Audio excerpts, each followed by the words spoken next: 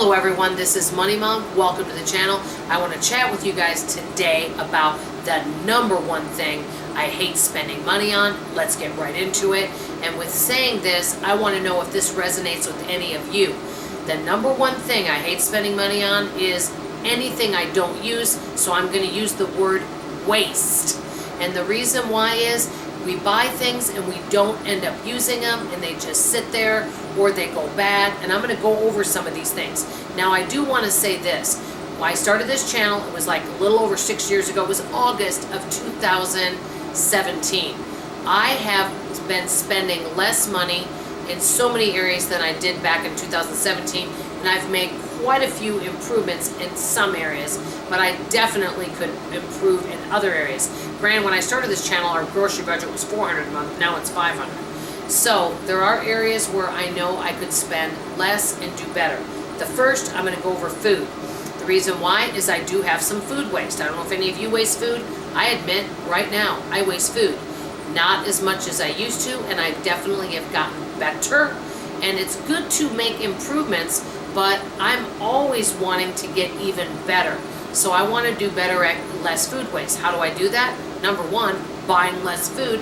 Number two, making less or making half recipes. Number three, making sure you're buying things your family's going to eat. So doing all of that will definitely help. And also buying more things that can be in the freezer rather than some fresh items that may go bad, more or quickly. Okay, so food. Number two, this is where I did really well.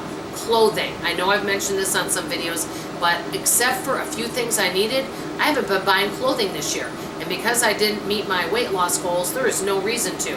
I have pants from all different sizes, from size 12 to 14 to 22, 24. So I don't need to. And as a matter of fact, I just recently reorganized all my clothes. So I don't need to be buying any clothes right now, except maybe for some, socks and under type garments. That I may buy. Or something if I really need it. Okay, another thing I won't be buying this year are books. You guys know that I do go to the library. I have the Libby app on my phone. Well, there were a couple books that I wanted to read that were not on my Libby app, and I purchased them. Well, they're not what I call keepsake books. I'm going to be giving 2 of these books to a friend. I only bought a couple books that I remember, but they're not books that I really want to reference back to. And so I am going to, I just went and bought those because they didn't have them on Libby. I will not be buying any books in 2024 unless I can read it on Libby and decide it's a keepsake book. But very few books do I refer back to, and so that's kind of my plan. Another one is vitamins, I'm not a doctor. I'm not telling anyone whether they should take vitamins or not take them. But I notice that if someone says, oh, women over 50 should take this vitamin, I just get on the bandwagon and start taking all these vitamins. And I don't even know if I need them all. Well, that's money. And if you don't need a certain vitamin and you're spending money on it, that can be a waste of money if you're purchasing that. By the way, always do your own research on vitamins. Talk to your own doctor about that. I am definitely not an expert, and you get a lot of different people's opinion on that particular topic. Oh, last but not least, and something that I really struggle with, this is probably the big one, would be kitchen gadgets. I love kitchen gadgets. Now, I have purchased some, and I'm going to be doing an upcoming video about kitchen gadgets I actually use, and I'll do that video. But there's times where I buy things and the kitchen gadgets for a one use only purpose, and it takes up space, and really, I'm not buying any kitchen gadgets in 2024. I'm going to make do with what I have because I really don't need it and I don't have space for it. So that's another thing. I don't mind spending money, and I'm going to give you an example.